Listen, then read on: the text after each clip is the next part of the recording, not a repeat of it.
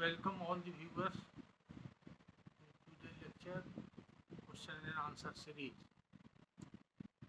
आप सभी श्रोताओं का प्रश्नोत्तरी जो व्याख्यान सीख रहा है उसमें स्वागत है। कुछ ऐसे लोग व्हाट्सएप पर प्रश्न भेजते हैं, उन्होंने अपना नाम लिखते हैं, नाम पता लिखते हैं और लिखावट रहता है वो भी पढ़ने लग रहे हैं। बार बार अनुरोध करने पर भी आप लोग नहीं उसमें सुधार कर रहे हैं, इसलिए अब आगे से मेरे लिए काफ़ी डिफिकल्टी होगी। वैसे किसी भी प्रश्न का हम उत्तर नहीं देंगे, हमसे अपेक्षा नहीं रखिएगा। अगर आप पूरा नाम और पता देते हैं और छोटा प्रश्न है और साफ साफ लिखते हैं या टाइप करके भेजते हैं व्हाट्सएप पर, तब आप अपेक्षा रखिए, क्योंकि प्रिंट निकालने के बाद भी बहुत समय लगता है। अब प्रिंट निकालने पर ये पता नहीं चलता है कि कौन प्रश्न किसका है। जैसे आज ही हो सकता है कि हम प्रश्न पढ़ रहे हों और नाम नहीं पढ़े, या नाम किसी दूसरे का बोल दे और प्रश्न किसी दूसरे का आ जाए। आज ऐसे हमको संभावना लग रही है। हमको आधा घंटा लगा है मिलाने में, तो प्रिंट हमको जूनियर निकाल के दिया है, उससे और व्हाट्सएप पर जो मिला रहे हैं नहीं मिला। अगर पुराना प्रश्न हो जाता है, व्हाट्सएप मेरा बहुत भरा हुआ है, बहुत सा मैसेज व्हाट्सएप पर तरह तरह का आते रहता है, बहुत लोग व्हाट्सएप पर जुटे हुए हैं, इसलिए दिक्कत होती है।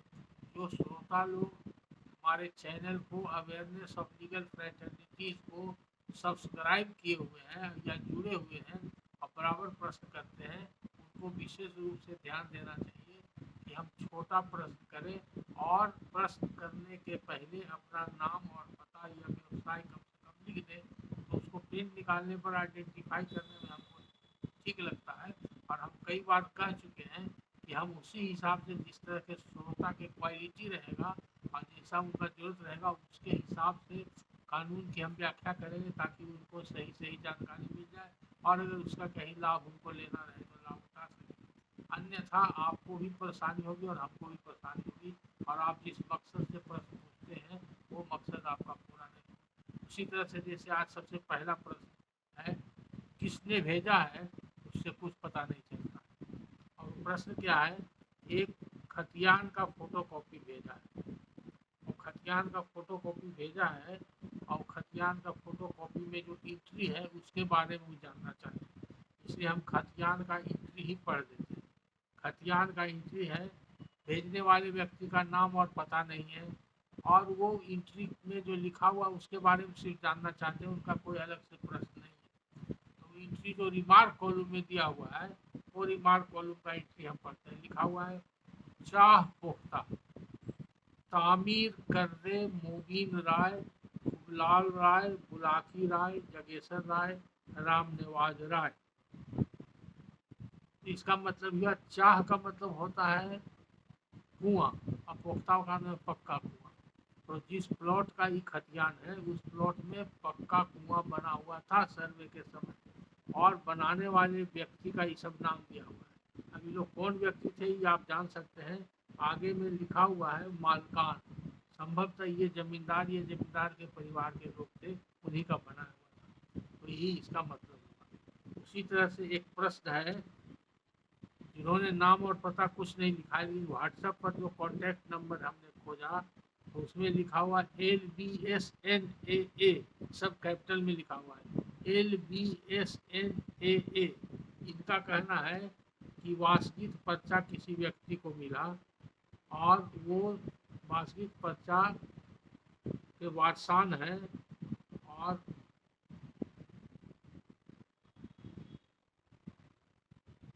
वो वास्तविक पर्चा वाले मर गए हैं और उनके कई लड़के हैं, 4 लड़के हैं परहैप्स, या 3 लड़के हैं। तो उसमें से कुछ लोग जो है अलग हो गए 30 साल पहले और अलग मकान बना के रह रहे हैं। एक जो लड़का है रहता है जो लैंडलेस है, तो उसका हक किसको मिलेगा, राइट किसको मिलेगा।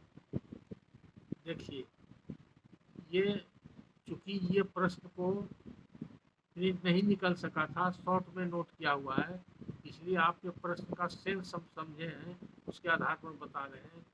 वास्तविक पर्चा जिस व्यक्ति को मिलता है वो अलग अलग एक्ट में मिलता है, हम कई बार बोले, लेकिन जनरली मिलता है privilege person home state tenancy act में। जो विशेषाधिकार प्राप्त व्यक्ति है, इसके अंतर्गत आता है जिसको 1 एकड़ या 1 एकड़ से कम भूमि हो, वो विशेषाधिकार प्राप्त व्यक्ति माना जाता है उस एक्ट के तहत।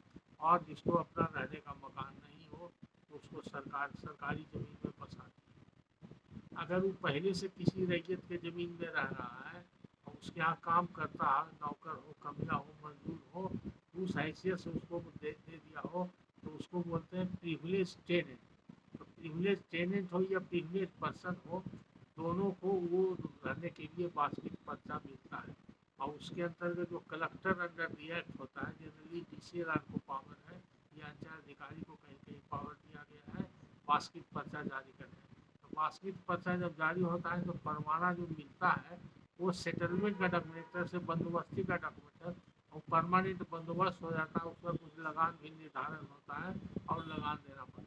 तो उस व्यक्ति का चीज़ हो गया, व्यक्ति उसमें मकान बना के रह सकता है। तो जैसे अगर वो व्यक्ति की संपत्ति अपनी है वैसे वो अपनी संपत्ति होगी, उसके मरने के बाद उसके जितने वारसान है सबका उसमें हक होगा।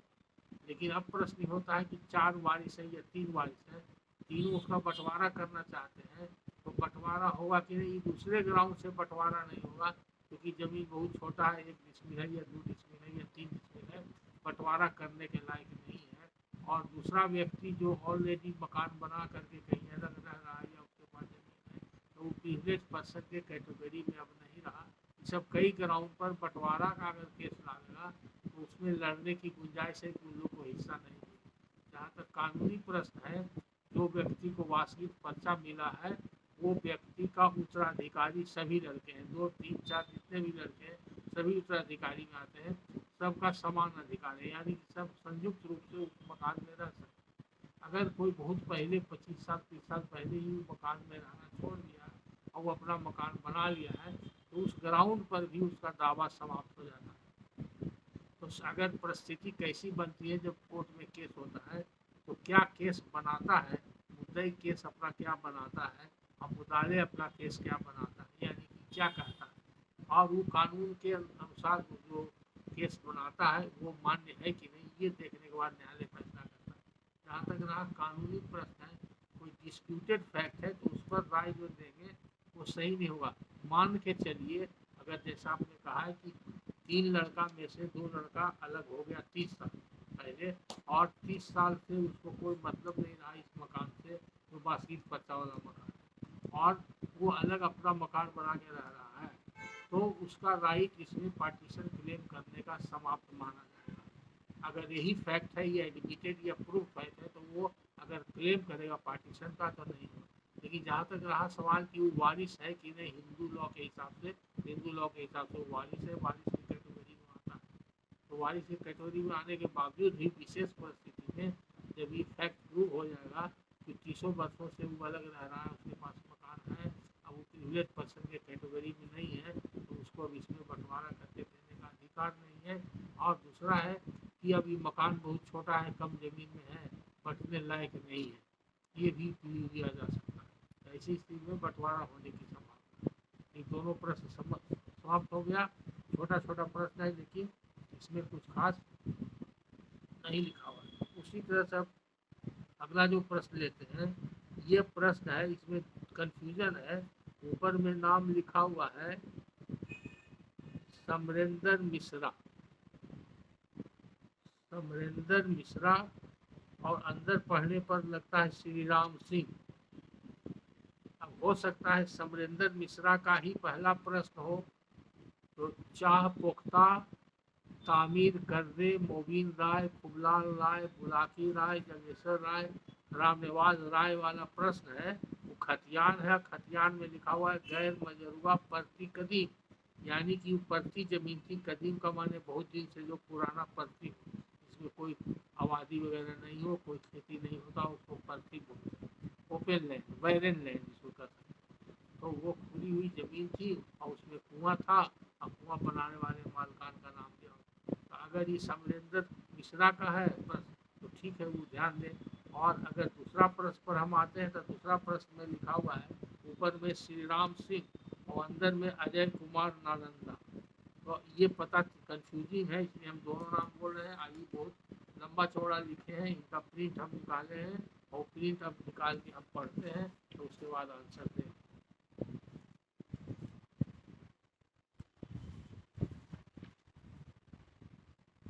लिखते हैं, नमस्ते सर, मैं अजय कुमार जिला नालंदा का निवासी हूँ। मैं स्नातक का छात्र हूँ। ये ऐसा ही लिखना चाहिए सब लोगों को, और इनका टाइप क्या हुआ है इसलिए प्रिंट निकालने में सुविधा हुई। और लंबा रहते हुए भी हम इस प्रश्न को लिए हैं क्योंकि इसका एड्रेस भी दिया हुआ है और प्रश्न पढ़ने लायक है। मैं भगवान से प्रार्थना करता हूँ कि आप हमेशा स्वस्थ रहें। आपका ये जो विचार है, उद्गार है, उसके लिए आपको धन्यवाद। और हम लोगों को मार्गदर्शन करते रहें। मैं यूट्यूब चैनल पर हमेशा आपका लेक्चर देखता हूँ। मैं आपसे विनम्र निवेदन करता हूँ कि जो पीडीएफ व्हाट्सएप पर शेयर किया हूँ उस पर मुझे मार्गदर्शन करें। इसके लिए मैं आपका सदा आभारी रहूँगा। वही पीडीएफ में उन्होंने लिखा है और आगे उन्होंने दिया है पीडीएफ में, फिर आगे पढ़ते हैं। एक हिस्सेदार ने अपने हिस्से से ज़्यादा भूमि बेच दिया है, तो क्या क्रेता का रजिस्ट्री वैध है या अवैध है? देखिए, यहीं पर आपका प्रश्न का उत्तर हो जाता है सीधा सीधी। अगर कोई भी व्यक्ति अपना हिस्सा से ज़्यादा बेचता है तो वो विक्रय पत्र जो है वो वैध नहीं होगा, अवैध। उसका लगान रसीद कट रहा, दखल कब्जा में है। लगान रसीद कटने से और दखल कब्जा होने से वैध नहीं हो जाता। अगर वो बिक्री शुरू में अवैध है तो हमेशा अवैध ही रहेगा। हाँ, अगर अवैध कब्जा के आधार पर वो व्यक्ति 12 वर्षों से लगातार या उससे ज़्यादा से कब्जा में है और जो उसका रियल मालिक है, जो असली हकदार है, वो किसी भी प्रकार का हस्तक्षेप नहीं करता है कानूनी तरीके से या बलपूर्वक हस्तक्षेप नहीं करता है, तो उसको एडवर्स पोजीशन के कानून के हिसाब से अवैध बिक्री रहते हुए वैध हो जाएगा 12 साल के बाद। तो दोनों कानून में स्थिति बनती है। फैक्ट सिचुएशन पर डिपेंड करता है कैसी परिस्थिति बनती है, कौन सा फैक्ट है, उस पर कानून का मंतव्य दिया जा सकता है। अब फिर आगे लिखते हैं, एक ही जमीन दोनों ने बेचा है तो किसका रजिस्ट्री वैध होगा? हाँ, यही सवाल है। अगर एक ही जमीन को दोनों व्यक्ति ने बेचा है तो ये देखना होगा कि पहला व्यक्ति जो बेचा उसको बेचने का अधिकार था कि नहीं था। अगर उस व्यक्ति को बेचने का अधिकार नहीं था तो दूसरा व्यक्ति जो बेचा उसको उसका जो बिक्री है वैध माना जाएगा, क्योंकि पहला वाला अवैध था और दूसरा वाला को बेचने का अधिकार था तो वैध माना जाएगा। अगर पहला वाले को बेचने का अधिकार था तो बिका हुआ जमीन को फिर दोबारा बेचने वाले को कोई अधिकार नहीं था बेचने का। इसका माने दोबारा बिक्री जो हुआ हुआ वैध है, पहला वाला सही है। इस पर डिपेंड करता है। फिर लिखते हैं, जमीन में चौहद्दी में छबर लिखा हुआ है, इसका क्या अर्थ होता है? छबर नहीं होता, चबर कहीं बोलते हैं, या छबर हो सकता है चबर को छबर पढ़ा जा रहा हो।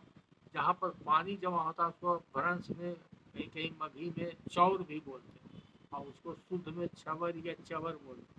तो जहाँ पर पानी जमा रहता है सालों भर उसको चौर बोलते हैं। तो बगल में कहीं पर होगा जो जमीन होगा उसमें पानी जमा हुआ है, वही छबर लिखा हुआ। तो आगे फिर लिखे थे, बकास भूमि का रसीद सन 1955-56 से मेरे दादाजी के नाम से कट रहा है। ये फिर लंबा चौड़ा है प्रश्न। अभी एक व्यक्ति का प्रश्न है कि दूसरे व्यक्ति का है, लेकिन एक ही साथ निकला जा रहा है। आगे आया है बकास भूमि का रसीद, और ये नालंदा जिला के अजय कुमार रहने वाले हैं। और ये बकास भूमि का बारे में जो बोलते हैं आगे कि बेतिया राज की जमीन है। इससे हमको डाउट होता है कि या तो ये जो है मिश्रा जी है, वही सिमरन मिश्रा, उन्हीं का तो ये प्रश्न नहीं है, या श्री राम सिंह का तो नहीं है, या अजय मिश्रा का ही है। दोनों कंटिन्यूस में मिल गया।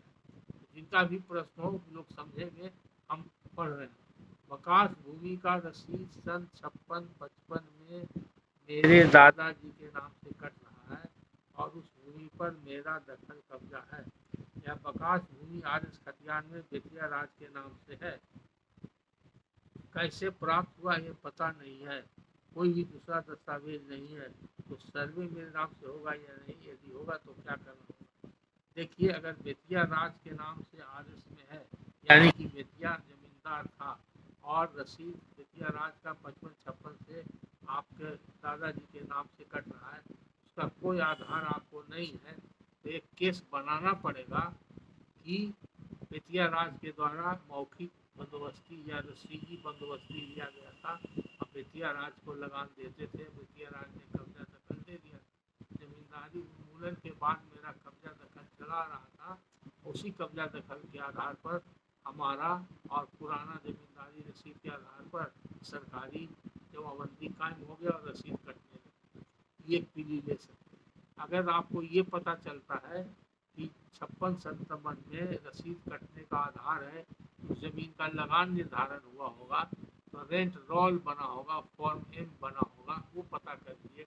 अगर रेंट रोल बना हुआ है और फॉर्म एम में आपका नाम चढ़ा हुआ है, आपके दादा या पिताजी का या किन्हीं का नाम चढ़ा हुआ है, तो वो बहुत पक्का कागज है, उससे भी आपका उसके आधार पर आपका स्पेशल सर्वे में खाता खुल जाएगा। अगर कहीं कोई कागज नहीं मिलता है तो यही आवेदन दीजिएगा कि भूतपूर्व जमींदार जो बेतिया राज था उससे बंदोबस्ती था और बंदोबस्ती के आधार पर कब्जा दखल था और बेतिया राज का रसीद कटता था लगान का, उसी लगान के रसीद और कब्जा के आधार पर बिहार सरकार में जमाबंदी कायम हो गया था। कर्मचारी और अंचल अधिकारी ने जमाबंदी कायम कर दिया और हमारा मालगुजारी रसीद कटने लगा, हम मालगुजारी देने लगे। अब 56 से लेकर आज तक मेरा कब्जा चला रहा है, इसलिए हमको रईती राइट इसमें हो गया है और रईती राइट हो गया इसलिए मेरे नाम से खतियान खुलना चाहिए। तो आपके नाम से खतियान बन जाएगा, उसका आपके नाम से खाता खुल जाएगा। दस्तावेज होना जरूरी है। अगर दस्तावेज नहीं है तो कब्जा के आधार पर, क्योंकि सर्वे के पदाधिकारी लोग कब्जा भी जाकर देखते हैं, स्तर पर जाते हैं, और कब्जा के साथ साथ आपका लगातार 56 से जो रसीद है बहुत बड़ा प्रमाण है। हाँ, अगर पुराना रसीद जमींदारी का मिल जाता है या जमींदारी का रिटर्न जमाबंदी मिल जाता है तो और अच्छी बात है, या लगान निर्धारण का कोई कागज मिल जाता है तो और अच्छी बात है, या जमींदारी का हुक्मनामा या परवाना या सनद जिससे बंदोबस्ती किया हुआ वो मिल जाता है तो और अच्छी बात। अगर नहीं मिलता है तो मौखिक भी बंदोबस्ती होता था, मौखिक बंदोबस्ती का आप केस बना करके अपना लिखित दावा पेश कर सकते हैं। अब आगे लिखते हैं, बेतिया राज का जितना भी जमीन है उसको रेड लाइन से नक्शा में दिखाया गया और जमीन सर्वे करने से मना कर दिया गया। तो क्या करें ताकि सर्वे हो जाए। देखिए, बेतिया राज से संबंधित जमीन के बारे में अभी नीतीश सरकार ने एक नया कानून बनाया है। वहाँ पर स्थानीय अधिवक्ता जहाँ आपका जमीन पड़ता है जिस इलाके में, वहाँ जो वकील लोग काम करते हैं अदालत कचहरी में, उनसे संपर्क कीजिए, उनको उस कानून के बारे में जानकारी होगी। उस कानून के अंतर्गत कार्रवाई अभी प्रारंभ हुई है कि नहीं हुई है, उसमें पूरा प्रक्रिया दिया हुआ है, ये पता करना होगा। उसके अंतर्गत सरकार ने एक पदाधिकारी नियुक्त किया है, वो पदाधिकारी वो सब चीज़ देखेगा और वो पदाधिकारी के यहाँ जाके आपको आवेदन देना होगा, वो आपको मान्यता देगा कि हाँ आपका बेतिया राज से प्राप्त है, आपका सही है। तो वो सब जानकारी लेने के बाद, वो प्रक्रिया करने के बाद फिर आपके नाम से खाता खुल जाएगा। तो बेतिया राज के बारे में नया जो कानून बना है उसके हिसाब से उसमें सरकार कहती है कि बेतिया राज का जितना भी जमीन है उसको सरकार अपना मान रही है, और बेतिया राज ने अगर वैलिड ट्रांसफर किया है, वैलिड बंदोबस्त किया है और उसका सही दस्तावेज है तो फिर उसकी मान्यता देगी, उसकी प्रक्रिया अपनाई जाएगी। वो जो पदाधिकारी नियुक्त किया गया है उस कानून के तहत, बेतिया राज से संबंधित जो कानून बना है उसके तहत, तो आपको उसके लिए स्थानीय अधिवक्ता से मिलना होगा। अगर आप पढ़े लिखे हैं और स्वयं इसके बारे में जानकारी लेना चाहते हैं तो कुछ ही दिन पहले का ही कानून बना हुआ है, बेतिया राज से संबंधित जो अधिसूचना राज्य सरकार के द्वारा जारी किया गया है, जो कानून और नियमावली बना है उसकी प्रतिलिपि आप गजट से डाउनलोड करके निकाल सकते हैं।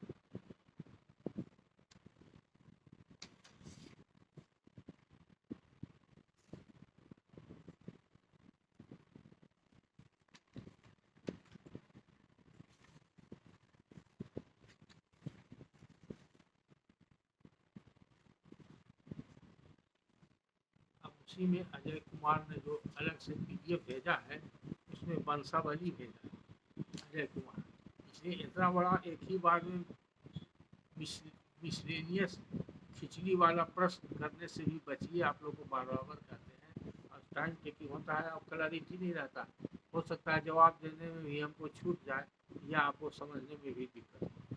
तो आप वंशावली भेजे हैं अजय कुमार वंशावली में भेजे हैं संजय कुमार के 4 पुत्र, अजय, विजय, मोहन और सोहन। अजय के एक पुत्र अजीत, विजय के एक पुत्र सुमित, मोहन के एक पुत्र प्रकाश, सोहन के एक पुत्री गौरी। अजीत का एक पुत्र गौरव, सुमित का एक पुत्र सौरभ और प्रकाश का 2 लिखते हैं पुत्री। तीर जो लगाए हैं उसके हिसाब से खुशबू और मोनिका होना चाहिए, और गौरी जो पुत्री है उसके एक पुत्री आरती होना चाहिए। या तो जो तीर मराए हैं क्वेश्चनामा लिखने में गलती हो गई हो, या तो गौरी की ही तीनों पुत्री हो सकती है, ऐसा भी लगता है, और नहीं तो प्रकाश के 2 पुत्र भी है और एक गौरी की पुत्री। ठीक, अब इनका जो जानना है क्या, आगे कहते हैं कि मोहन और सोहन एक साथ रहे थे, लेकिन खतियान में चारों भाई का आदेश जो बना, अजय, विजय, मोहन और सोहन का चारों का नाम चढ़ा। अब खतियान बनने के बाद यह कब 2 भाई एक साथ रह गए थे, ऐसा इनका आगे में कहना है। सन 1916 में हाथ से ही लिखा हुआ है। सन 1916 में आर.एस. खतियान अजय, विजय, मोहन और सोहन के नाम से बना। सन 1955-56 में अजीत, सुमित और प्रकाश के नाम से अलग अलग जमाबंदी कायम हुआ। तो जमाबंदी में सिर्फ 3 आदमी का नाम आया है न, उनके 3 गो के वारसान का, और मोहन सोहन का नहीं था नाम जमाबंदी में, न सोहन की पुत्री गौरी का नाम आया। क्योंकि परिवार में 55 के पहले मौखिक बंटवारा हो चुका था। अजीत को कुल भूमि का 1/4 भाग और सुमित को भूमि का 1/4 भाग मिला। ठीक है, 4 भाई थे तो 1/4 होना चाहिए। लेकिन आगे कहते हैं प्रकाश को कुल भूमि का 2/4 मिल गया। प्रकाश को इसलिए 2/4 मिल गया कि प्रकाश के पिता मोहन और उनके भाई सोहन एक ही साथ रहते थे। तो ये कानून है कि जब बंटवारा घर में हो रहा है, खानदान में हो रहा है, तो कोई भाई बंटवारा के बाद फिर से एक साथ रह सकता है, ज्वाइंट हो सकता है, रियूनाइट कर सकता है, या बंटवारा के समय ही 2 भाई अलग अपना अपना हिस्सा लेके, तो उसका तो हिस्सा 1/4 था और दोनों एक साथ रह गया। और क्योंकि सोहन की पुत्री ने कोई हिस्सा नहीं लिया होगा, इसलिए प्रकाश के नाम पर 2/4 बन गया। तो उसमें तो सोहन की पुत्री का भी हिस्सा होना चाहिए था, तो जो बन गया जमाबंदी उसी को माना जाएगा, उसके हिसाब से ठीक माना जाएगा। प्रकाश को कुल भूमि का 2/4 भाग मिला क्योंकि मोहन और सोहन एक साथ में रहते हैं। अगर ये फैक्ट सही है और इसको कोई डिस्प्यूट नहीं, इस पर कोई विवाद नहीं है, तो जमाबंदी जो कायम हुआ वो सही है। उन दोनों की मृत्यु हो चुकी थी, इसलिए जमाबंदी प्रकाश के नाम से बनी। ये भी ठीक है, दोनों की मृत्यु हो गई। अगर सोहन की मृत्यु हो गई, मोहन की मृत्यु हो गई, तो प्रकाश के नाम पर बन गया। अब ये नहीं पता चलता है कि ये बंटवारा तो डिस्प्यूट है कि बंटवारा मान्य है। अगर एक्सेप्टेड है तो ठीक, जमाबंदी बना। अब आगे लिखते हैं, प्रकाश की मृत्यु 70 में हुई, गौरी की मृत्यु 90 में। प्रकाश की मृत्यु के बाद प्रकाश के वंशज और गौरी ने मौखिक बंटवारा का आधार लेकर अपना अपना हिस्सा बताकर सभी जमीन बेच दिया। सभी करदाओं का लगान रसीद कट रही है और शांतिपूर्ण दखल कब्जा है। अब पूछते हैं प्रश्न, गौरी के द्वारा बेचा गया भूमि वैध या अवैध है?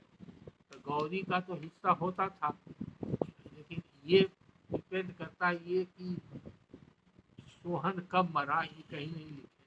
अगर सोहन जो है 56 के बाद मरा है, 56 के बाद अगर सोहन मरा है तो गौरी का भी हिस्सा होगा, तो गौरी का बेचा हुआ तब वैलिड हो जाएगा, वैध हो जाएगा। अगर गौरी के पिता सोहन 56 के पहले मर गए हैं तो गौरी को कोई राइट नहीं था, तो गौरी का बेचा हुआ वैध होगा। तो इसीलिए कहते हैं कि जो सही फैक्ट है वो सही फैक्ट बताइए और पूरा डिटेल बताइए, और कई तरह का मिक्स क्वेश्चन होने से ये सब गड़बड़ी होती है। तो आपने ये नहीं लिखा है, कुछ लोग के मरने के बारे में लिखा है, इसके बारे में नहीं। तो ये जान लीजिए कि गौरी के द्वारा बेचा गया भूमि वैध भी हो सकता है और अवैध भी हो सकता है। वैध कब होगा? जब गौरी के पिता 56 के बाद मरेंगे तो गौरी को चौथाई हिस्सा उनके जो पिता का था वो प्राप्त हो जाएगा, और उस हिस्सा के अंतर्गत वो बेचेगी तो वैलिड हो जाएगा, वैध हो जाएगा। अगर 56 के पहले उसके पिता मर गए हैं उसको कोई राइट नहीं था पिता की संपत्ति में, तो जिसने भी केवाला किया है बेचा वो अवैध हो जाएगा इनवैलिड। हम आगे लिखते हैं गौरी की पुत्री बंटवारे की मांग कर सकती है कि नहीं। इसका प्रश्न ही पहला प्रश्न से ही जुटा हुआ। अगर गौरी का हिस्सा था और गौरी को हिस्सा मिला और बेचने के बाद भी कुछ संपत्ति बच गया है तो गौरी उसमें बंटवारा का मुकदमा कर सकती। अगर गौरी का हिस्सा संयुक्त रूप से गौरी का चचेरा भाई के कब्जा में है तो चचेरा भाई और उन लोग का जो बाल बच्चा उसके विरुद्ध भी गौरी की लड़की बंटवारा ला सकती है। तो इस पर डिपेंड करता है कि गौरी को अपने पिता का हक और हिस्सा प्राप्त हुआ कि नहीं प्राप्त हुआ। अगर प्राप्त हुआ तो गौरी ने उसमें से कुछ बेचा, ये टोटल दे दी। अगर गौरी ने जितना हिस्सा में मिला सभी बेच दिया तो फिर उनके बेटी को उसमें बंटवारा करने का कोई अधिकार नहीं। तो ये सब फैक्ट के ऊपर डिपेंड करता है कि मान करके काल्पनिक प्रश्न के आधार पर नहीं, हाइपोथेटिकल के आधार पर नहीं, तो एक्चुअल फैक्ट है, पूरा फैक्ट चाहिए। और इस सब प्रश्न का असली आंसर जानना हो, अगर इसमें कोई विवाद हो रहा हो या केस मुकदमा होने की संभावना हो तो पूरा संबंधित कागजात लेकर के वकील के पास जा करके स्थानीय अधिवक्ता से मिल के राय विचार करना चाहिए तो ज़्यादा सही होगा और आपको आगे मार्गदर्शन मिलेगा। हम तो मोटा मोटी जवाब आपको दे देते हैं, कुछ बात इधर भी कुछ बात उधर भी, अगर ऐसा है तो ऐसा होगा, अगर ऐसा है तो फिर आपको स्वयं निर्णय लेना होगा कि क्या सही कारण है और क्या रियल फैक्ट है। फैक्ट के हिसाब से कानून क्या करता है हम आपको समझा रहे हैं। प्रकाश के वंशज और गौरी का बराबर बराबर हिस्सा होगा या नहीं। एकदम होगा बराबर बराबर। चौथाई का हिस्सेदार है ये प्रकाश का वंशज, तो बराबर बराबर होगा ही। तो जैसा पहला प्रश्न है प्रकाश का वंशज का चौथाई हिस्सा ही होना चाहिए था, लेकिन सोहन का हिस्सा भी उसके यहाँ चला गया था, 2/4 आ गया तो गलत आ गया था। इसलिए कि गौरी जब थी तो गौरी को मिलना चाहिए था और गौरी को राइट था ही, गौरी का राइट तो खत्म नहीं हो जाता है, जब अवंधी कायम होने से गौरी का राइट खत्म नहीं होता। इसलिए असल डिपेंड करता है हर हालत में सोहन के मरने का साल और तारीख, तो इसी से इसका निर्णय होगा। तो प्रकाश के वंशज और गौरी का बराबर बराबर हिस्सा होगा, ये बराबर होगा। 1/4 गौरी का होगा और 1/4 प्रकाश का होगा। प्रकाश के वंशज का वही 1/4 में होगा, प्रकाश का जो वंशज। अब आगे लिखते हैं जो भूमि अभी तक दोनों में से किसी ने नहीं बेचा है तो कौन इस जमीन को बेच सकता है। दोनों में से किसी ने नहीं बेचा, ये भी दोनों में से कौन। अगर गौरी का बचा हुआ जमीन है तो गौरी की बेटी बेचेगी। प्रकाश का जमीन जो बचा हुआ है वो प्रकाश की जो बेटी है उसको बेचेगी। तो जिसका जो जमीन बचा हुआ उसका जो उत्तराधिकारी है बाल बच्चा, बेटी या बेटा। तो आपको कुशीनामा के हिसाब से वो भी पढ़ने में जो तीर लगा है उससे लगता है प्रकाश की दो पुत्री है, खुशबू और मोनिका। तो खुशबू और मोनिका बेचेगी प्रकाश का बचा हुआ जमीन, और गौरी का जो बचा हुआ जमीन है वो आरती, अगर उसकी पुत्री है तो आरती बेचेगी। अगर गौरी की तीनों पुत्री है तो तीनों बेचेगी। अगर प्रकाश की 2 पुत्री है या 3 पुत्री है तो वो बेचेगी, जैसा कि आपने कुशीनामा में दिया। क्या एक ही खेसरा में दोनों का हिस्सा एक हिस्सेदार बेच सकता है। बेच भी सकता है, नहीं भी बेच सकता है, उसका कारण देना होगा। अगर एक ही खसरा है और दोनों का हिस्सा उसमें आता है तो कितना उसका हिस्सा कितना उसका हिस्सा दोनों बेच सकता है। अगर मान लीजिए कोई एक प्लॉट है 513, उसमें गौरी का हिस्सा है आधा और प्रकाश का हिस्सा है आधा, एक डिसमिल मान लीजिए तो 1 डिसमिल भी बेच सकता है, 2 डिसमिल का अगर प्लॉट, तो इस पर डिपेंड करता है कितना एरिया है और उसमें कितना उसका हिस्सा, दोनों बेच सकता है।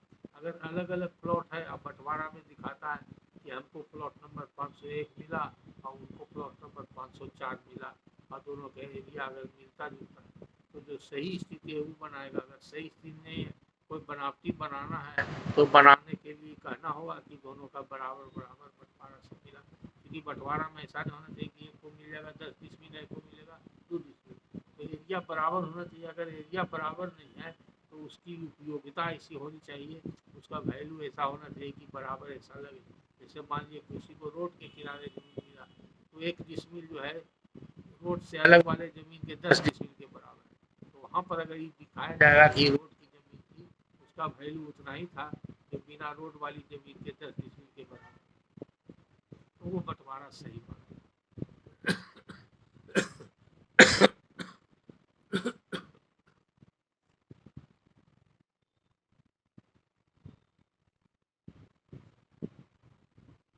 एक ही खेसरा में दोनों का हिस्सा एक हिस्सेदार दे सकता है।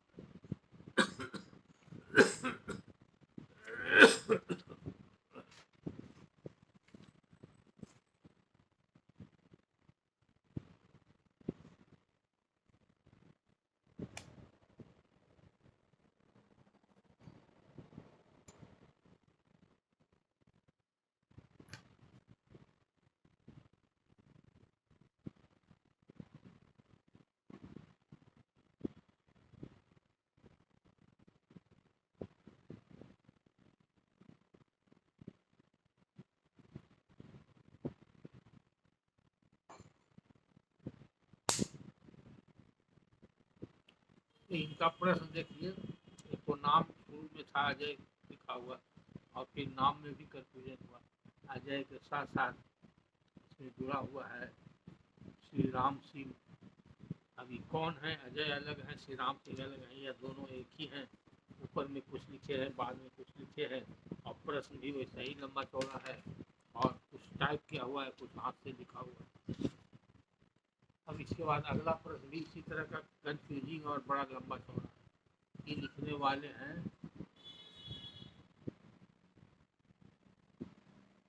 उसके पहले लंबा प्रश्न के पहले एक छोटा प्रश्न लेते हैं। और प्रश्न तो नहीं है, जवाब इनका दे दिए हैं।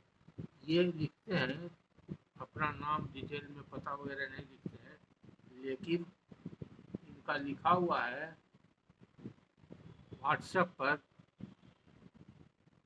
कॉन्टैक्ट में देखते हैं तो लिखा हुआ है पोरुष, PORUSH।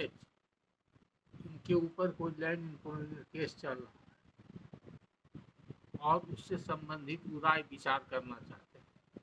तो उनका प्रश्न था कि आपका पता कहाँ पर है, आपसे हम कैसे मिलेंगे, कैसे बातचीत होगी और राय विचार करने का क्या फीस होगा, वो सब जवाब व्हाट्सएप पर उनको दे दिया गया। इसलिए और इनका कोई प्रश्न नहीं है। तो अगर ये सुन रहे होंगे, मेरा वीडियो देख रहे होंगे, तो जो व्हाट्सएप पर आपको मैसेज दिया गया है रिप्लाई में, उसके हिसाब से आप फ़ोन से बात करके समय ले लीजिए और अपना जो कागजात है, अपना जो सबूत है ज़मीन का, हकीकत और कब्जा का, वो लेते आइए। और लैंड इंफोर्समेंट केस का जो नोटिस आपको मिला है और उसमें जो रिपोर्ट है कर्मचारी का और अंचल नवीन वगैरह का, वो सब रिपोर्ट ले आइए। अगर अंचल अधिकारी का आदेश हो गया है तो आदेश का कॉपी ले आइए। सब पेपर लेके आइएगा। आप अपना हकीकत और कब्जा से संबंधित सब पेपर लाइएगा तो सही मार्गदर्शन मिलेगा। अगर जवाब बनाना होगा तो जवाब मिल जाएगा। अगर आपके विरुद्ध हो गया होगा प्रोसीडिंग तो उसका अपील होगा डीसीआर के यहाँ, तो अपील का ग्राउंड भी बना दिया जाएगा या उसके लिए मार्गदर्शन दिया जाएगा। अगर डीसीआर से भी हार गए होंगे तो उसका फिर रिवीजन होगा कलेक्टर के यहाँ, तो कलेक्टर का भी ड्राफ्ट बन जाएगा या उसके लिए मार्गदर्शन दिया जाएगा। अब वो रिवीजन से भी समाप्त हो गया होगा तो उसके लिए फिर BLT में आना पड़ेगा, तब पटना ही में होगा और हर हालत में यहाँ पर आना होगा। यही रहा आपका लैंग्वेज से संबंधित। अब अगला प्रश्न लेते हैं कि इन्होंने लिखा है प्रेम प्रकाश हरि। प्रेम प्रकाश हरि जी जैसा नाम लिखा है, बहुत अच्छा है। पहली बार प्रश्न किए हैं और व्हाट्सएप से जुड़े। तो इन्होंने लिखा है I am Prem Prakash Hari and I have recently commenced my practice before the civil court at Sasaram. धन्यवाद प्रेम प्रकाश जी वकालत ज्वाइन करने के लिए और आपको मैसेज भेजने के लिए। मेरी शुभकामना है आप आज कानून का अध्ययन कीजिए और चैनल से जुड़े रहिए। और जो भी लेक्चर मेरा अवेलेबल है चैनल पर, पुराना सब लेक्चर CPC पर और अलग अलग कानून पर, वो सब आप प्ले लिस्ट में जाकर खोल करके देखिए और पढ़िए, आपका बहुत ज्ञान वर्धन होगा। और अगर कोई भी प्रश्न आता है तो छोटा छोटा प्रश्न, सटीक प्रश्न, संबंधित टेक्निकल बात जो पूछना हो, फैक्ट डिटेल में जाने की ज़रूरत हो तो वो प्रश्न अवॉइड कीजिए और छोटा छोटा फैक्ट बना करके, और एक ही लंबा फैक्ट हो तो उसको टुकड़ा में करके आप बार बार भेज सकते हैं। अब प्रश्न जैसे बहुत लंबा लिखे, At this initial stage of my journey, I often find myself without proper guidance. In such a situation, your enlightening videos have appeared to me as a ray of hope, serving as a source of both inspiration and direction. For this, I shall remain eternally indebted to you. Thank you, Prem Prakash ji. ये उद्गार आपके जो उद्बोधन है बहुत अच्छा है। आप ये बरकरार रखिए और लगातार मेहनत करते रहिए। For many days I wish to write this message, but a sense of hesitation always restrained me. However, having drawn both courage and learning from your teachings, I have finally gathered the strength to approach you with humility and reverence. Guruji, I earnestly seek your kind blessings and guidance. My all the blessings are with you. God may bless you. आप दिन दुगनी रात चौगनी तरक्की कीजिए और profession में अपना एक स्थान बनाइए। यह जितना आप मेहनत कीजिएगा, जितना ज्ञान वर्धन कीजिएगा और जितना सिंसियरली काम कीजिएगा और डिसिप्लिन में रहिएगा, उतना ही ज़्यादा प्रोफेशन में आपको रिटर्न मिलेगा। आप राइज कीजिएगा।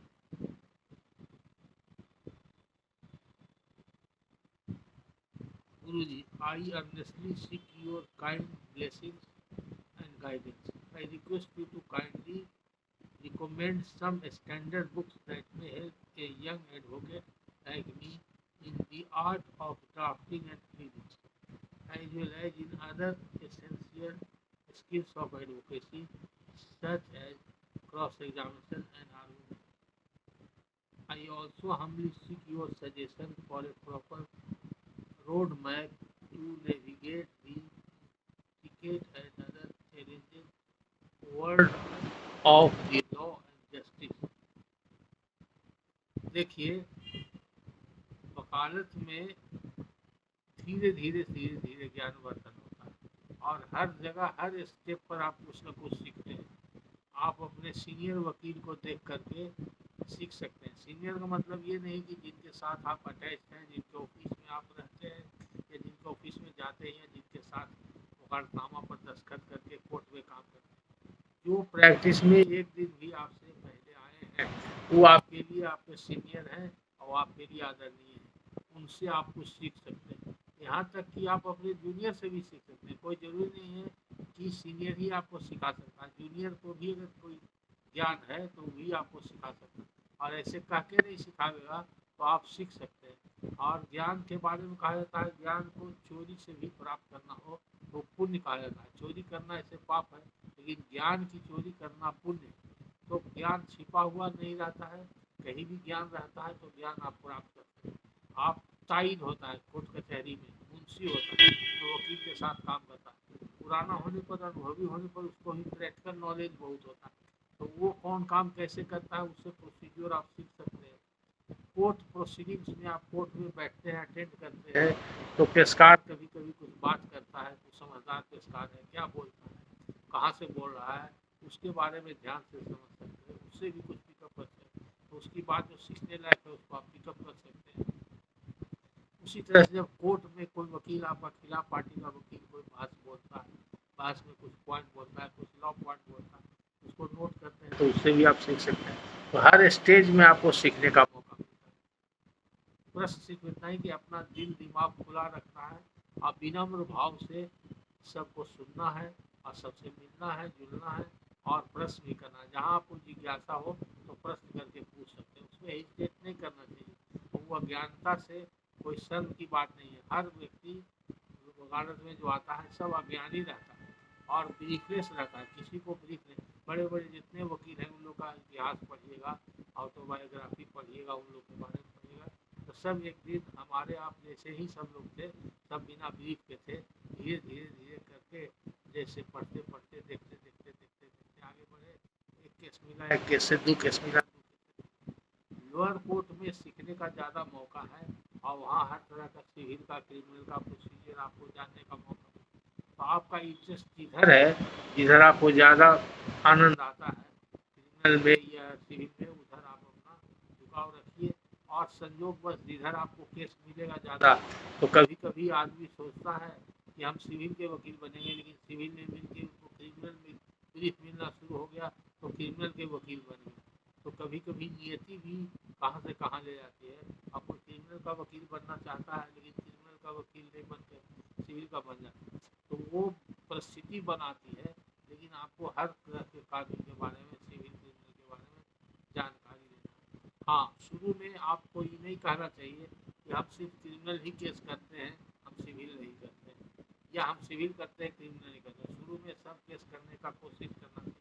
2, 4, 10 केस अगर कर दिया, 2-3 वकील के साथ और खिलाफ में काम कर लिया, कुछ अनुभव प्राप्त हो गया, तब उसमें क्या कमी और बेसी है और दोनों में क्या अंतर है, आपको क्या परेशानी किसमें होता है, ये अपने आप समझ करके अपनी कैपेबिलिटी को खुद परखना होगा कि हम कौन सा कर सकते हैं।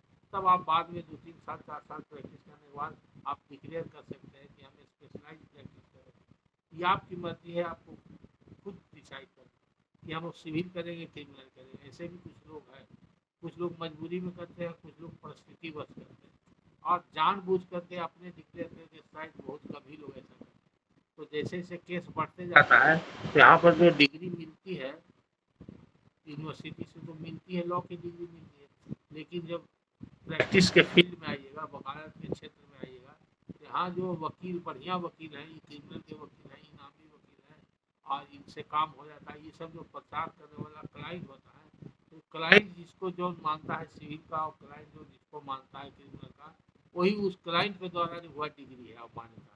तो उसके लिए आपको प्रैक्टिकल अप्रोच रखना होगा और क्लाइंट सर्किल में ऐसा पैक बनाना पड़ेगा, ज़्यादा से ज़्यादा परिचय बढ़ाना पड़ेगा लोगों से, और उसको व्यवहार ऐसा रखना पड़ेगा कि आपके वकालत से जितना खुश हो, उससे ज़्यादा आपके व्यवहार से क्लाइंट खुश रहे कि नहीं वकील साहब बहुत अच्छा है, बहुत ध्यान से पढ़ते हैं, बहुत अच्छा से बात करते हैं, कोर्ट में अपना पक्ष बहुत अच्छा से रखते हैं। 3 चीज़ पर ध्यान देना है। क्लाइंट कोई आता है तो उसको भी ड्यू रिस्पेक्ट अटेंड कीजिए। वो क्लाइंट अनपढ़ भी हो सकता है, गरीब भी हो सकता है, एकदम गंवार भी हो सकता है, लेकिन आपके लिए जैसे कि ग्राहक के लिए लक्ष्मी, दुकानदार के लिए ग्राहक एक लक्ष्मी होता है, तो वो ये नहीं देखता कि ग्राहक जो है 10 रुपये का सामान लेगा कि 100 रुपये वाला लेगा, वो देखता है ग्राहक ग्राहक है, सब उसके लिए बराबर।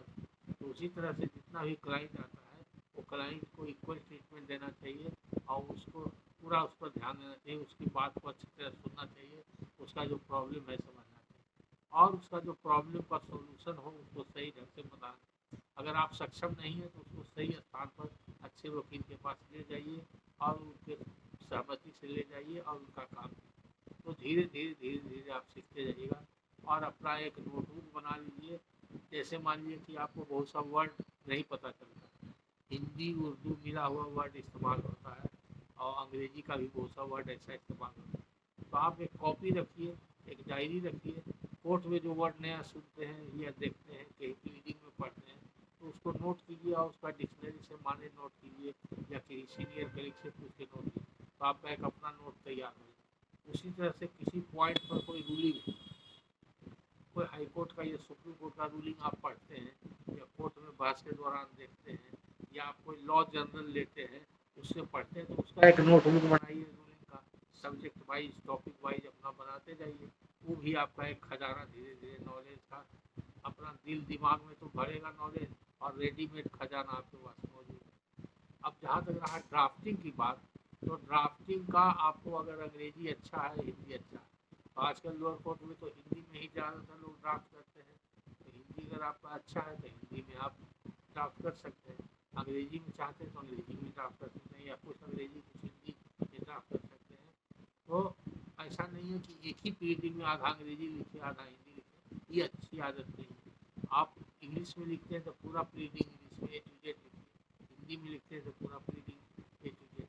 सिविल में सासाराम में भी या पुराने जिला में अभी भी देखिएगा, सिविल में जो अर्जी बयानतरी लोग बनाते हैं, तो उसमें अभी भी उर्दू फारसी का अरबी का शब्द मिला हुआ है, तो उसका माने लोग नहीं समझते। मुद्दे मुदाले गरीब परवर सलामत गुजारिश फिक्री मुद्दे ये है कि ऐसे करके मिलेगा आपको बहुत। उसी तरह से डॉक्यूमेंट डीड जो पुराना मिलेगा, मुकीर मुकीर ये सब केवाला, और बहुत तरह तरह का उर्दू शब्द मिलेगा, तो उसकी जानकारी अगर नहीं है तो पूछ पाछ करके नोट करके अपना पढ़ाते हैं।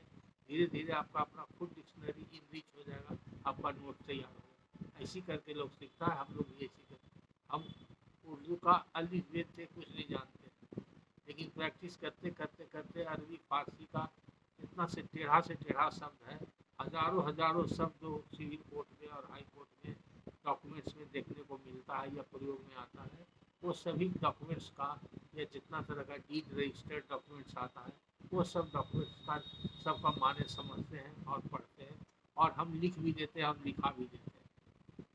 तो पुराना फीलिंग्स भी समझ में आता है। आज भी बहुत से लोग आते हैं, खास करके मोहम्मद लोग आते हैं, या कुछ पुराना डॉक्यूमेंट्स के बारे में कहते हैं कि पुराना लैंग्वेज में दिखा दीजिए, तो भी लिखा देते हैं। तो ये हमने पढ़ा नहीं उर्दू, लेकिन पढ़ते पढ़ते करते करते ध्यान से करते देखते देखते धीरे धीरे सब समझ में आता है। तो आपका भी एक दिन नॉलेज और वोकैबुलरी दोनों इंक्रीज हो जाए। जहाँ तक रहा ड्राफ्टिंग का सवाल, तो आप अर्जी बयान तहरीर किसी दूसरे वकील का देखते हैं, उसी से आप सीखने का कोशिश कीजिए।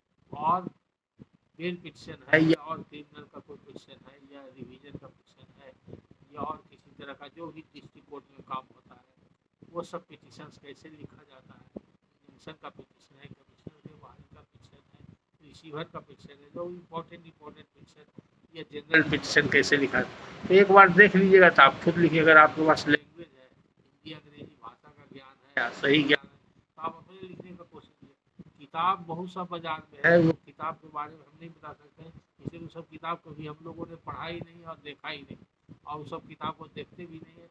न्यू कमर लोग किताब महंगा महंगा सब है, उसका जीव बढ़िया रहेगा, अट्रैक्टिव रहेगा, लेकिन बहुत ज़्यादा उससे लाभ नहीं है। और वो जो किताब लिखने वाला व्यक्ति है, वो ऑल इंडिया बेसिस पर लिखता है। कहीं का सिविल कोर्ट रूल्स अलग अलग है, कहीं का प्रोसीजर अलग अलग है, कहीं का प्रैक्टिस का तरीका अलग अलग है, तो कुछ कुछ आपको भिन्नता मिलेगी, तो आपको कन्फ्यूजन भी हो जाएगा, उससे कोई फायदा नहीं। इसलिए कोई प्लीडिंग्स की किताब ले करके पढ़ के आप प्लीडिंग्स नहीं सीख सकते। उसी तरह से वकालत में सबसे डिफिकल्ट है क्रॉस एग्जामिनेशन।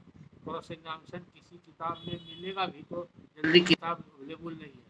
कोई कोई व्यक्ति छोटा मोटा कुछ किताब मिला है, किताब है अवेलेबल, तो इन सब किताब कोई काम का नहीं, पैसा आपका बेकार बर्बाद हो जाएगा। उसको पढ़ने से अच्छा है आपको कानून की किताब पढ़ना चाहिए। कानून की किताब आपको पढ़ना चाहिए, बेयर एक्ट पढ़ना चाहिए, कमेंट्री अभी नहीं पढ़ना चाहिए। बेयर एक्ट पढ़िए, जितना भी कानून का आपको जरूरत पड़ता है धीरे धीरे करके सब बेयर एक्ट लीजिए। और बेयर एक्ट अगर लेना है तो सरकारी पब्लिकेशन लीजिए, गवर्नमेंट ऑफ इंडिया का वो बहुत सस्ता सस्ता किताब है, 10 रुपया 20 रुपया 50 रुपया 100 रुपया 200 रुपया में सब किताब आता है। और जितना भी एक्ट है सब बेयर एक्ट ले लीजिए, आप बेयर एक्ट से पढ़िए, पढ़ के समझने का कोशिश कीजिए। और जब उस पर कोई रूलिंग खोजना हो तो डाइजेस्ट या मैनुअल से लाइब्रेरी से निकाल करके आप खोजिए, तो मिल जाएगा। वो खोजने का तरीका जानिए, सीनियर से पूछिए। और एक जर्नल कोई लीजिए, DLJ जो भी आपके यहाँ आता है, जो आपको अच्छा लगता है, या सीनियर लोग बताएं, एक जर्नल लीजिए और जर्नल पढ़िए, क्योंकि जर्नल में केस लॉ रिपोर्टेड रहता है। लॉ जर्नल पढ़ने से ज्ञान बढ़ता है। सेक्शन पढ़ने से मान लीजिए कोई चीज़ नहीं समझ में आ रहा है, तो उस सेक्शन को एक्सप्लेन किया हुआ रहता है, वो जर्नल में रहता है। तो जर्नल पढ़ने से आपको लाभ मिलेगा, जर्नल पढ़िए।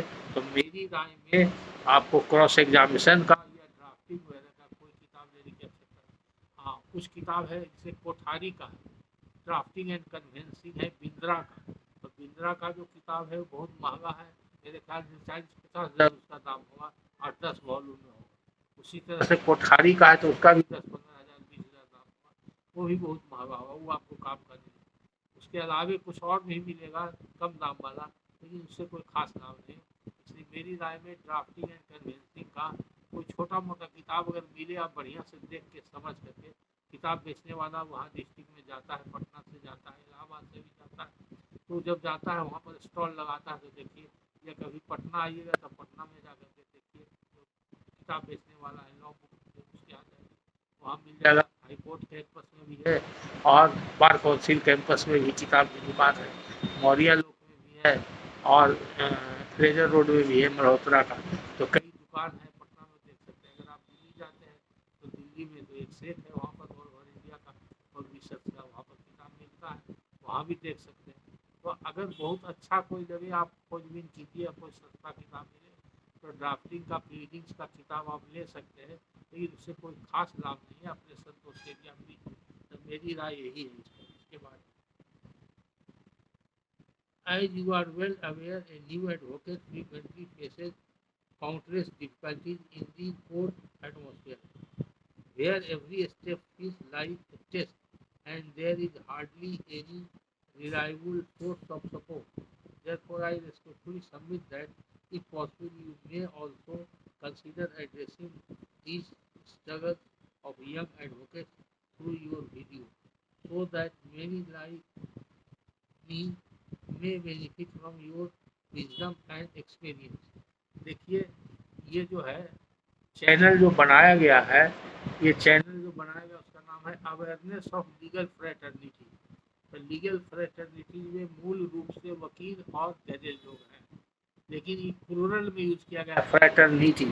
तो इसके अलावा और भी लोग आते हैं जो इस विधि व्यवसाय से जुड़े हुए हैं।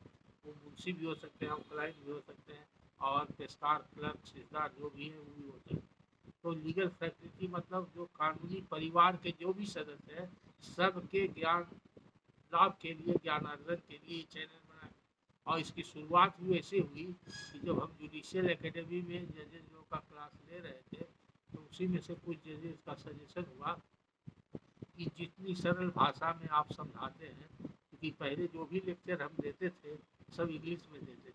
बाद में कुछ यूपी के जुडिशियल ऑफिसर लोग थे और कुछ बिहार के भी थे, उन लोग का कहना हुआ कि हिंदी अंग्रेजी मिक्स बोला जाए, और कुछ लोग का कहना हुआ कि हिंदी में बोला जाए। तो सुविधा अनुसार हम दोनों तरह से लेक्चर देने लगे। कुछ लेक्चर मेरा एकेडमी का प्योर इंग्लिश में मिलेगा, और कुछ लेक्चर में कुछ हिंदी में बीच बीच में बोले हैं, कुछ अंग्रेजी में बोले, और कुछ लेक्चर प्योर हिंदी में मिले। तो उसी क्रम में ये विचार आया कि आप जो लेक्चर दे रहे हैं इसको यूट्यूब पर अपलोड कर दिया जाए। तो हम अपलोड करना ये सब कुछ जानते नहीं थे, तो उन लोगों में से नहीं जुडिशियल अफसर ने ही रिक्वेस्ट किया, उसी में से एक जुडिशियल अफसर ने ये सब काम किया और अपलोड कर दिया। तब से चैनल चल रहा। अब एकेडमी में जब क्लास नहीं भी लेते हैं तो बहुत से जुडिशियल अफसर लोग और बहुत से एडवोकेट्स लोग का मेरे पास प्रश्न आता है, जैसे आप प्रश्न लिख के भेजें, उसी कंटेक्स्ट में हम जवाब दे रहे हैं।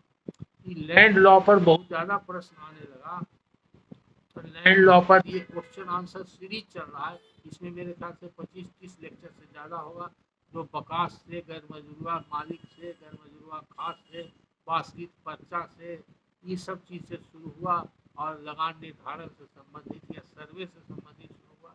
इस पर बहुत ज़्यादा प्रश्न आने लगा, तो इस पर लगातार 8-10 लेक्चर आया, और सब लेक्चर आ रहा है। तो इसके भी बहुत लोग फ़ायदा उठा रहे हैं।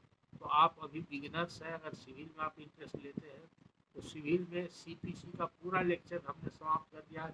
लगभग 27 लेक्चर है एकेडमी में।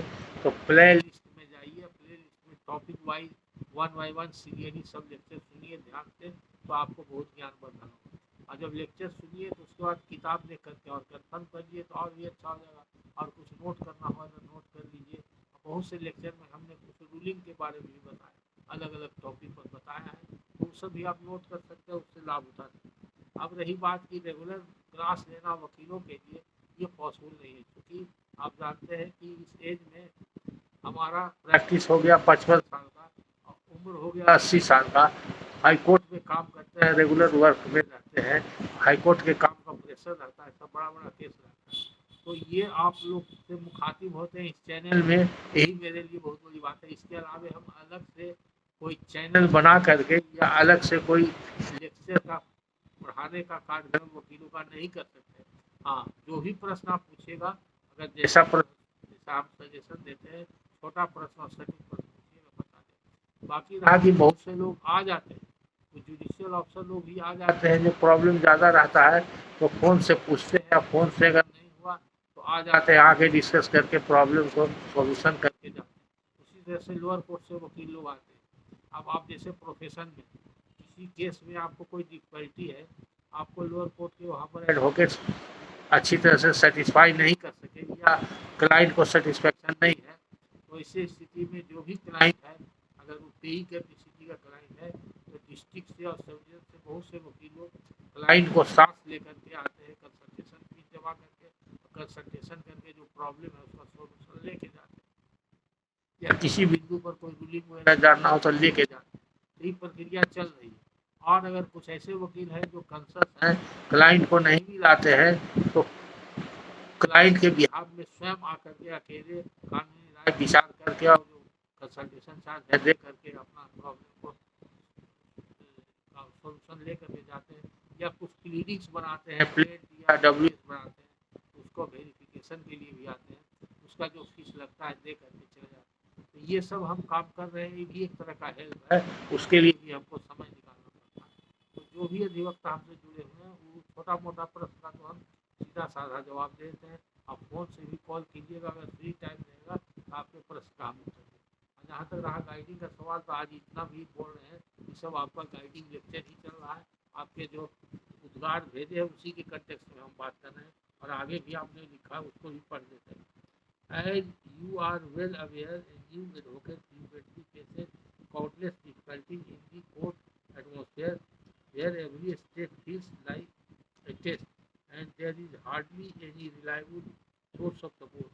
Therefore, I respectfully submit that if possible, you may also consider addressing these struggles of young advocates through your videos, so that many like me may benefit from your wisdom and experience. Your grace and guidance shall be the torchlight of my legal journey, and I remain ever hopeful that with your blessing I may walk firmly on the path of justice.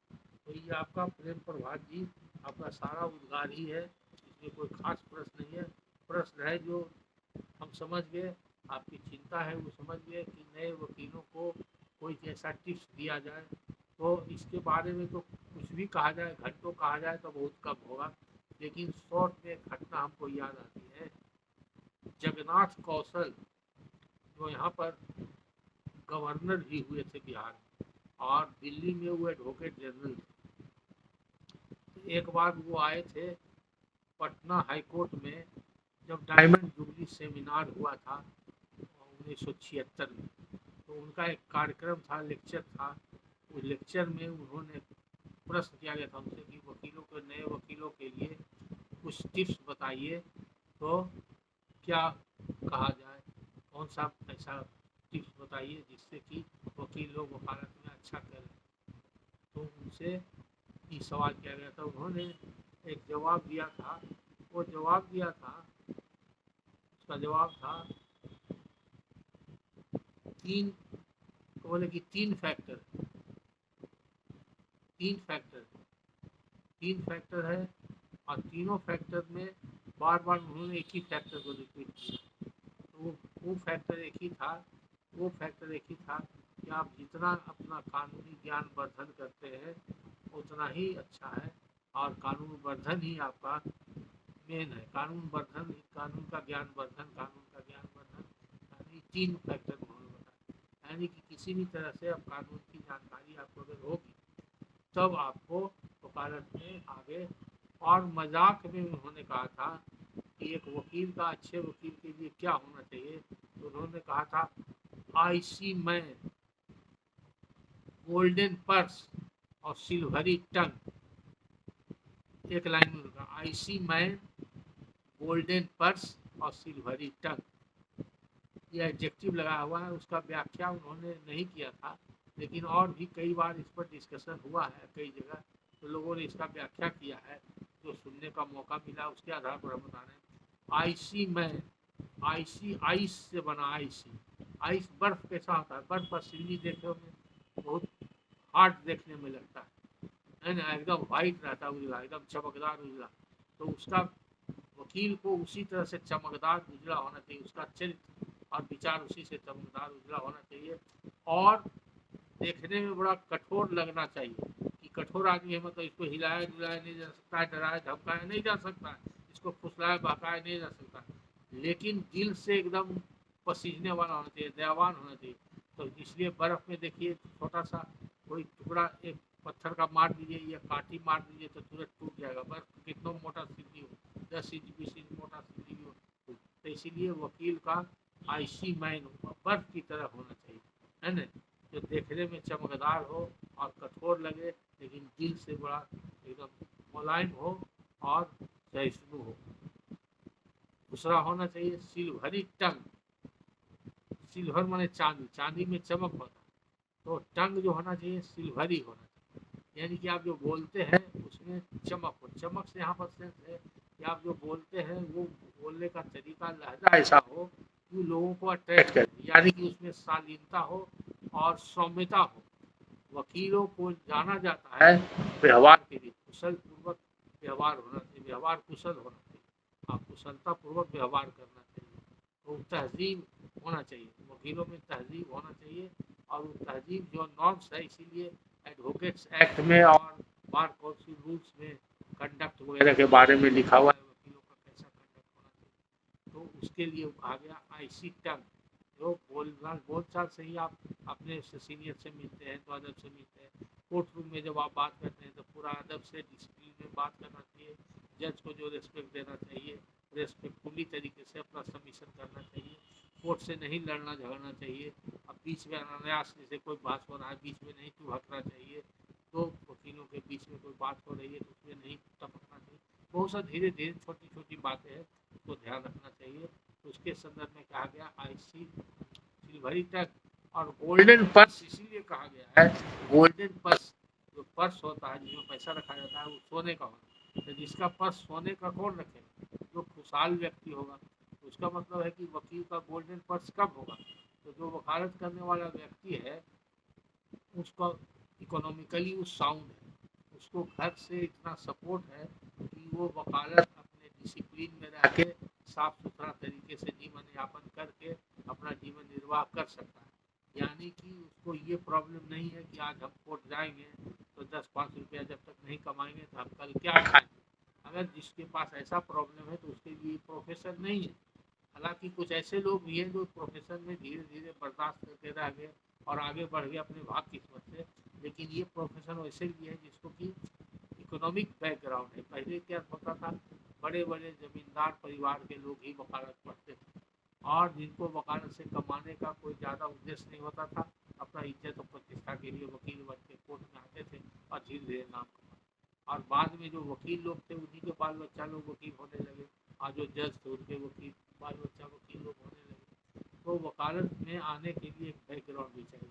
तो ये वकालत में आने के पहले सोचना चाहिए व्यक्ति को कि हम इसमें सर्वाइव कर सकते हैं। ऐसे हम लोग जो वकालत शुरू किए थे आज से 55 साल पहले, तो उस समय सीनियर लोग बोलते थे कि लोअर कोर्ट में प्रैक्टिस करने के लिए कम से कम 5 साल आपको वेट एंड वॉच करना होगा।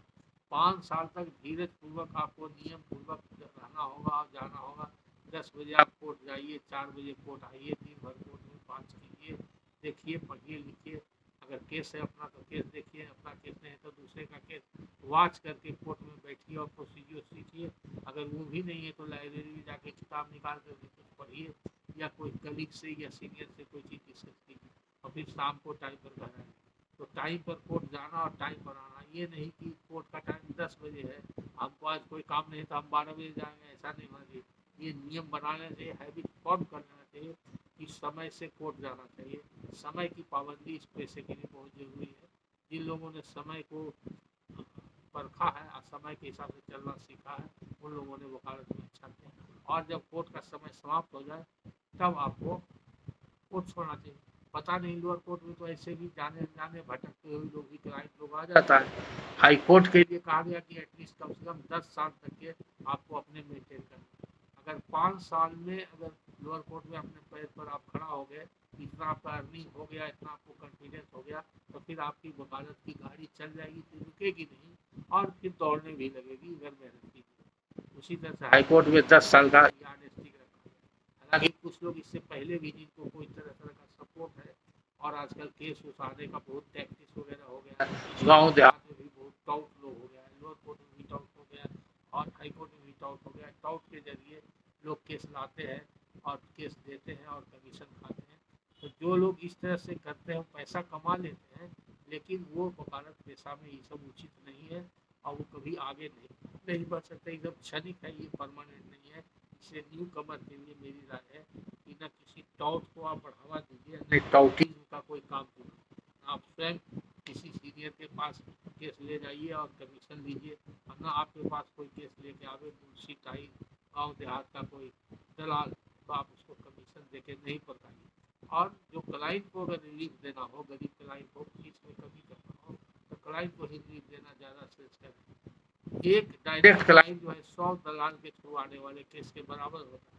वो क्लाइंट आपका जीवन भर एहसान मानेगा और आपके चरित्र, आपके व्यवहार का हर जगह गुणगान करेगा। इसलिए इस बात का ध्यान रखना चाहिए। तो ये प्रेम प्रकाश प्रभा जी, आपने बहुत लंबा चौड़ा अपना हृदय का उद्गार व्यक्त किया है, इसलिए हम आपके इस मैसेज से बहुत अभिभूत हैं और हम इस पर खास तवज्जो दे रहे हैं और ध्यान दे करके आपको बता रहे हैं। जो मुख्य चीज़ हमको समझ में आया, आपने किताब के बारे में पूछा है, तो किताब के बारे में मेरा अंतिम यही राय है कि किताब आप परख लीजिए, देख लीजिए, ज़्यादा पैसा नहीं लगे और कुछ काम लायक अगर आप समझते हैं तो खरीद लीजिए छोटी मोटी किताब। बड़ी किताब, नामी गिरामी महंगा किताब खरीदने से कोई फ़ायदा नहीं और उतना आपको ड्राफ्टिंग का वहाँ पर ज़रूरत ही नहीं है। आप स्वयं ड्राफ्टिंग करना सीखिए और जब खुद आप ड्राफ्ट कर लीजिएगा तो लगेगा किताब में जो बना हुआ है स्पेसिमेन, उससे बढ़िया आप ड्राफ्ट कर सकते हैं। वो क्या क्या चीज़ है ड्राफ्टिंग का, एक बार प्लेंट में क्या क्या चीज़ चाहिए, तो किताब में तो सब लिखा हुआ है। अगर प्लेंट ड्राफ्ट करने के लिए CPC में जाइएगा तो CPC में लिखा हुआ है प्लेंट का डिफिनेशन कहाँ पर लिखा हुआ है, रीडिंग का डिफिनेशन कहाँ पर लिखा हुआ है,